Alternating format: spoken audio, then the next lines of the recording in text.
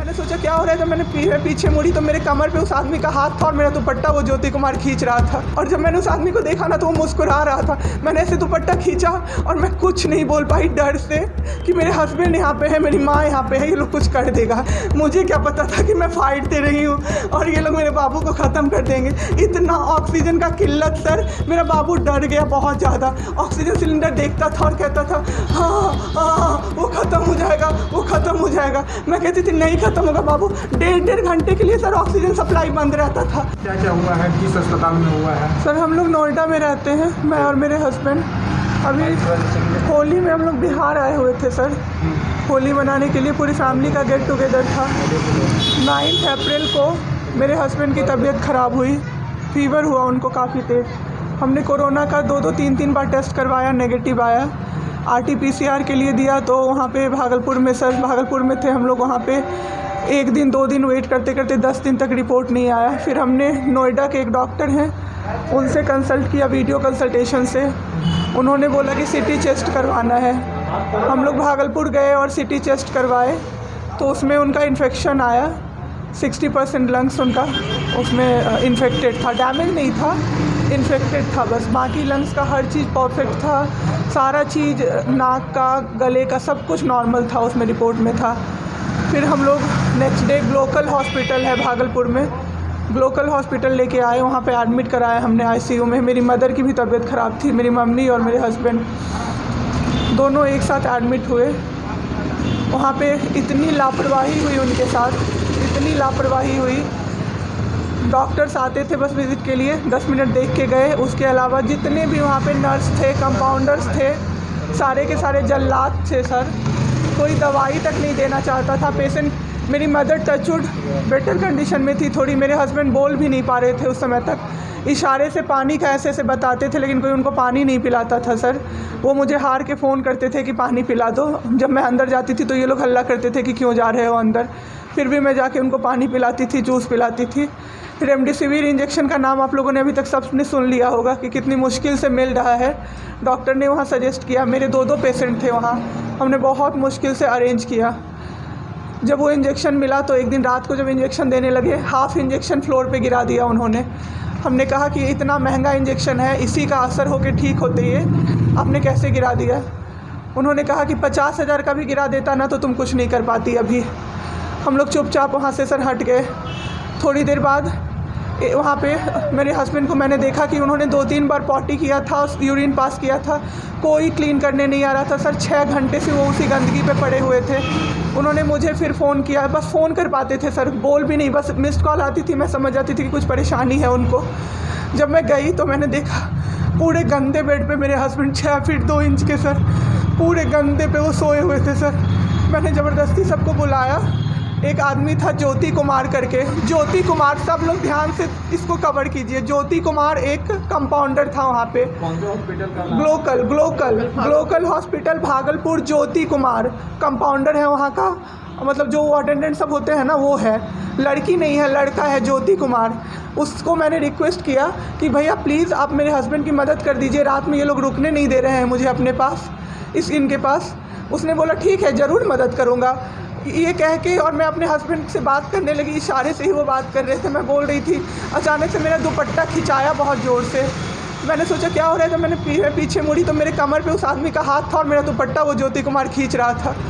मेरी माँ पीछे से चिल्लाई, मेरे हस्बैंड ऐसे ऐसे होने लगे, पूरा पसीना उनको चल गया, कुछ बोल नहीं पा रहे थे वो। जब हम लोग ठीक थे ना, मैं बाहर निकलती थी ना, कोई मुझे ऐसे देखता था ना नॉर्मली ही तो कहते थे आँख निकाल लूँगा, क्या सोच के इसको देख रहे हो। और मेरे हस्बैंड उस दिन बेड पे पड़े हुए देखते रहे कि मेरी वाइफ का कोई दुपट्टा खींच रहा है। और जब मैंने उस आदमी को देखा ना तो वो मुस्कुरा रहा था। मैंने ऐसे दुपट्टा खींचा और मैं कुछ नहीं बोल पाई डर से कि मेरे हस्बैंड यहाँ पे है, मेरी माँ यहाँ पे है, ये लोग कुछ कर देगा। इस डर से मैं कुछ नहीं बाहर निकली। मैं बाहर निकल के मैं आराम से बैठ गई। वो आदमी मेरे पास फिर आया, मुस्कुरा के बोला मैं ध्यान रखूँगा। मैंने बोला ठीक है भैया आप ध्यान रखना। मैंने कुछ नहीं बोला उसको, कुछ भी नहीं। 2-3 दिन बाद ऐसे ही कोई सुविधा नहीं, कुछ नहीं। मेरे हस्बैंड की तबीयत उस दिन से बिगड़ी जब रात के 2 बजे में मेरी मदर के बगल वाले बेड पे एक अंकल, मास्क उनका हट गया था और वो अंकल चिल्ला चिल्ला के नर्स को बुला रहे थे और मेरी मम्मी चिल्ला रही थी, जल्दी आइए ये मर जाएंगे, जल्दी आइए ये मर जाएंगे। कोई नहीं आया और अंकल ने दम तोड़ दिया।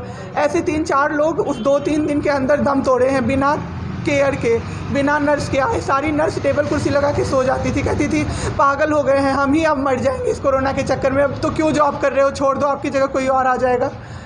उसके बाद वहाँ से बाई पैप वहाँ उस हॉस्पिटल में नहीं अवेलेबल था। मेरे हस्बैंड की तबीयत एक दिन बहुत ख़राब हो गई, उन्होंने मायागंज रेफ़र कर दिया, भागलपुर मायागंज हॉस्पिटल। हम लोग जब भी मायागंज आए, मायागंज की और हालत ख़राब, आईसीयू में 4 बेड था। मेरे हस्बैंड के बगल वाले बेड पे 4 लोग 6 से 7 घंटे में 4 लोग ख़त्म हुए।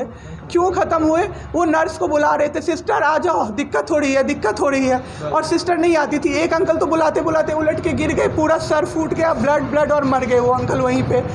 इतना मेरे हस्बैंड डर गए। शाम होते होते मेरे हस्बैंड की तबीयत अचानक से ख़राब होने लगी, पूरा ये सब ड्राई हो गया, एक लेयर वाइट कलर का जम गया उनके ऊपर, बहुत ज़्यादा तबीयत ख़राब हो गई। हम लोगों को समझ में नहीं आ रहा था कि हो क्या रहा था। अचानक से मेरे दिमाग में आया ना, डॉक्टर को कम से कम 5-6 बार मेरी बहन बुलाने गई है, क्योंकि कोई डॉक्टर था ही नहीं ड्यूटी। कब हुई आपके हस्बैंड की डेथ में? परसों। सुनिए मेरी बात, पहले पूरी कहानी मेरी सुनिए। मेरी बहन 5-6 बार गई है बुलाने डॉक्टर को मायागंज में, तो डॉक्टर क्या कह रहे हैं, यार रात में भी सोने नहीं दोगे, रात में भी सोने नहीं दोगे। जब हमने देखा जाके सर, तो लाइट ऑफ, इमरजेंसी के नाइट डॉक्टर्स का लाइट ऑफ, और सब नीचे बिछा के मूवी देख रहे हैं और सो रहे हैं, और दरवाज़ा तक नहीं खोला सर। मेरे हस्बैंड की ऐसी हालत हुई, जब मेरी दीदी बहुत जाके चिल्लाई, तब एक डॉक्टर आए वहाँ से, तो उन्होंने देखा क्या कि मास्क, उन्होंने ऐसे मास्क लगा होता है ना, उसमें एक ऑक्सीजन सप्लाई का पाइप होता है ना, वो पाइप ही नहीं लगाया था सर, बस मास्क लगा के छोड़ दिया था, ऑक्सीजन सप्लाई आ ही नहीं रहा था। जब बहुत कम हो गया तब वो डॉक्टर आए और पाइप लगाया, मेरे हस्बैंड तुरंत में ज़िंदा हो गए। उसी दिन से उनके दिमाग में वो ऑक्सीजन की किल्लत का डर बैठ गया सर। बहुत 7 घंटे बिना ऑक्सीजन के रहे सर, लड़ते रहे। फिर उस दिन इतना वो डर गए, वो बोले नहीं अब हमको कहीं बाहर लेके चलो। दिल्ली में सर हमने बेड का किया, बहुत पता नहीं था, दिल्ली में कहीं भी जगह नहीं था। हम पटना आए, राजेश्वर हॉस्पिटल में सर पटना आए। यहाँ पे इन्होंने कहा आईसीयू में अटेंडेंट नहीं अलाउड हैं, नहीं जाओगे आप। मेरे हस्बैंड रोने लगे कि मेरी वाइफ को बस भेज दो, वो रहेगी तो मैं ठीक हो जाऊँगा। इन लोगों ने नहीं अलाउ किया सर। मैंने देखा एम्बुलेंस से हम लोग भागलपुर से पटना आए थे राजेश्वर, रास्ते में उनको 3 बार पॉटी हुई थी सर। उसी गंदे बेड पे उनको 4-5 घंटे राजेश्वर में सुलाया रहा। मैं 10 बार जाके बोली बाहर से कि सर प्लीज़ बेड क्लीन कर दीजिए, वो हम लोग देख लेंगे ना। एक डॉक्टर निकले, मैंने बोला, वो मेरे हस्बैंड अंदर से ना बोल नहीं पा रहे थे ना, अंदर से ऐसे ऐसे कर रहे थे, बुला रहे थे सबको। मैंने कहा सर वो बुला रहे हैं किसी को बाहर से, तो एक डॉक्टर मुझे कहता है अरे छोड़िए ना, वो छोड़ा तो ऐसे ही बौखला रहा है जब से आया है। मैं उस समय कुछ नहीं कर पाई सर। उसके बाद उनका ऑक्सीजन लेवल जब 37 हो गया, तब मेरे साथ मेरी दीदी थी, मेरे जीजा जी थे और मेरे जेठ थे। तब मैंने अपने जीजा जी को बोला कि अब मेरे से नहीं रहा होगा, मुझे किसी तरह से अंदर भिजवाइए।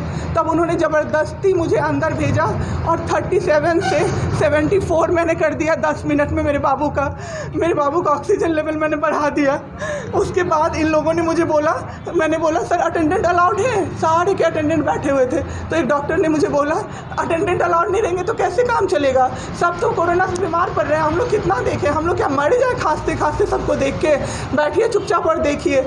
15 दिन तक सर एक टेबल पे एक लगातार मैं बैठी हूँ। आज 1 महीना पे मैंने ब्रश किया है सर, 1 महीने पे ब्रश किया है। मैंने बाबू को बहुत ठीक कर दिया, इतना स्ट्रॉ लगा के सर, मास्क के अंदर से स्ट्रॉ लगा के बाबू को मैंने जूस, दाल, रोटी सब कुछ पिलाया सर। इतने ठीक हो गए ना कि जो डॉक्टर फर्स्ट डे बोला था ये बचेगा नहीं, वो डॉक्टर सर 3-4 दिन बाद कहता है टचवुड क्या कर दिया आपने इनके साथ, ये तो एकदम ठीक हो गए, गजब का फाइट दिया आप दोनों ने मिल के।